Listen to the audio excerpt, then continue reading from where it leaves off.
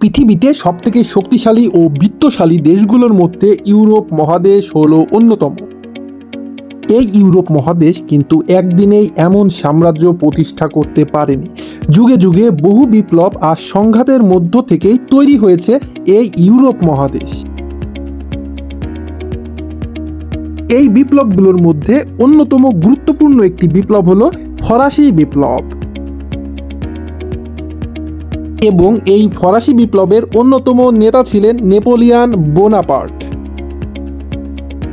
ফরাসি বিপ্লবের সন্তান নামে খ্যাত নেপোলিয়ান বোনাপার্টের উত্থান শুধু ইউরোপে নয়, বরং বিশ্ব ইতিহাসে একটি উল্লেখযোগ্য অধ্যায়।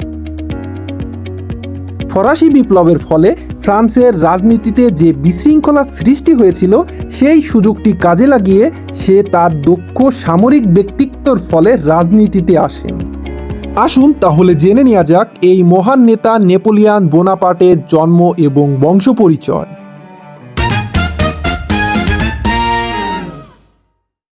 ধারণা করা হয় যে 1769 সালের 15ই আগস্ট নেপোলিয়ান ইতালির কোসিকা দ্বীপের অন্তর্গত এজা কোসিও নামক স্থানে জন্মগ্রহণ করেন।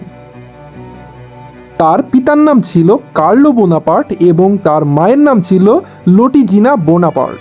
তার উত্থানের এবং পরিচয়ের প্রধান কারণ ছিল ফরাসি বিপ্লব।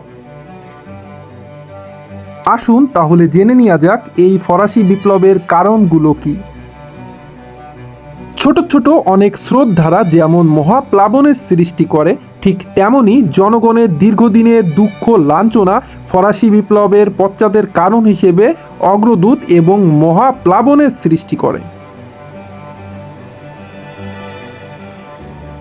ফ্রান্সের স্বৈরাচারী রাজতন্ত্র, অভিজাত ও যাজক সম্প্রদায়ের নির্যাতন, নিপীড়ন আর দুর্নীতির বিরুদ্ধে ফরাসি জনগণ ক্ষোভ, ব্যথা, বেদনা ও বিদ্রোহের চূড়ান্ত রূপই হল ফরাসি বিপ্লব। ফরাসি রাজারা নিজেদেরকে খোদার প্রতিদ্বন্দ্বী বলে মনে করত। তারা মনে করত যে তাদের কোনো কাজে আল্লাহ ছাড়া কারোর কাছে কোনো জবাবদিহিতা নেই, যার ফলে জনগণের মধ্যে চরম অসন্তোষ দেখা যায় এবং তারা এর বিরুদ্ধে আস্তে আস্তে প্রোটেস্ট করার চেষ্টা করে, যার শেষ পর্যায়ে একটি চরম বিপ্লবের সূচনা হয়, যেটি আমাদের ফরাসি বিপ্লব নামে পরিচিত। এই ফরাসি বিপ্লবের পিছনে বেশ অনেক কারণই নিহিত ছিল। তাদের মধ্যে অন্যতম কিছু কারণ হচ্ছে পররাষ্ট্রের দুর্বলতা, দুর্নীতিগ্রস্ত শাসন ও বিচার ব্যবস্থা, যোজক শ্রেণীর সুবিধা, মধ্যবিত্ত শ্রেণী, বিভক্ত সমাজ ব্যবস্থা, অভিজাত শ্রেণীর সুবিধা সহ আরও অনেক কিছুই। এই ফরাসি বিপ্লবের পেছনে কিন্তু দার্শনিকদের অসামান্য অবদান ছিল। দার্শনিকরাই সর্বপ্রথম ইউরোপের সাধারণ মানুষকে সতর্ক করে, তাদেরকে ব্রেন ওয়াশ করে বোঝায় যে তাদের সাথে এটা অন্যায় করা হচ্ছে।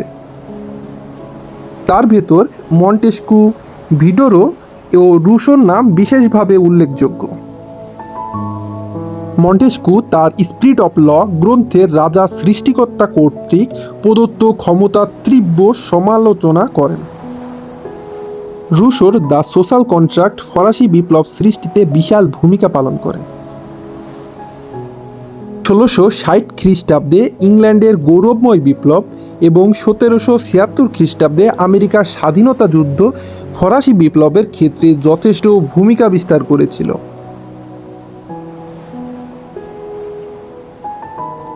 লাফায়েত নামক একজন ব্যক্তি ফরাসি বিপ্লবের প্রাক্কালে ন্যাশনাল গার্ড নামে একটি সাধারণ মানুষ নিয়ে বেসামরিক বাহিনী গঠন করেন, যারা ফরাসি বিপ্লবে মুখ্য ভূমিকা পালন করে। আর এভাবেই মূলত ফরাসি বিপ্লবের সূচনা হয়েছিল। আমাদের নেক্সট আলোচনায় থাকবে নেপোলিয়ান বোনাপার্টের সংস্কার সমূহ।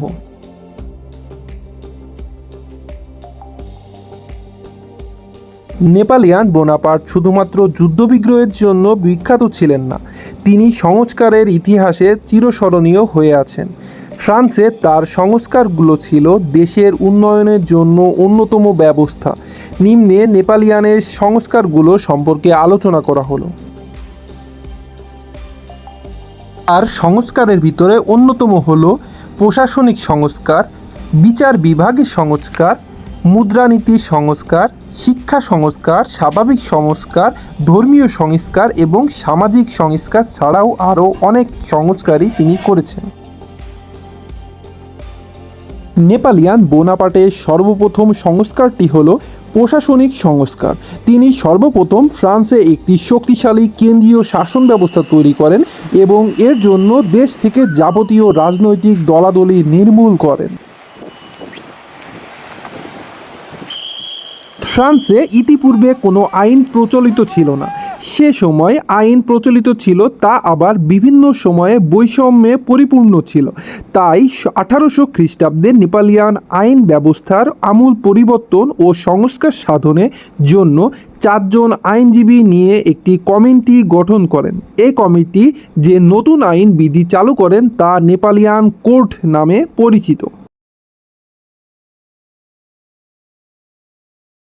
নেপোলিয়ন বোনাপার্ট কর্তৃক যে সংস্কারগুলো হয়েছিল তার মধ্যে অর্থনৈতিক সংস্কার একটি অন্যতম সংস্কার। ফরাসি বিপ্লবের অন্যতম কারণ ছিল সরকারের অর্থনৈতিক ব্যবস্থার দেউলিয়াপনা অবস্থা।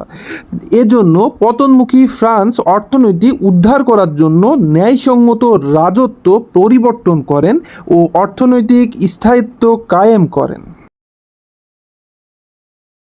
নেপোলিয়ন বোনাপার্ট দেশের অর্থনীতির মাঝে সচ্ছলতা আনতে মুদ্রানীতি সংস্কার করেন।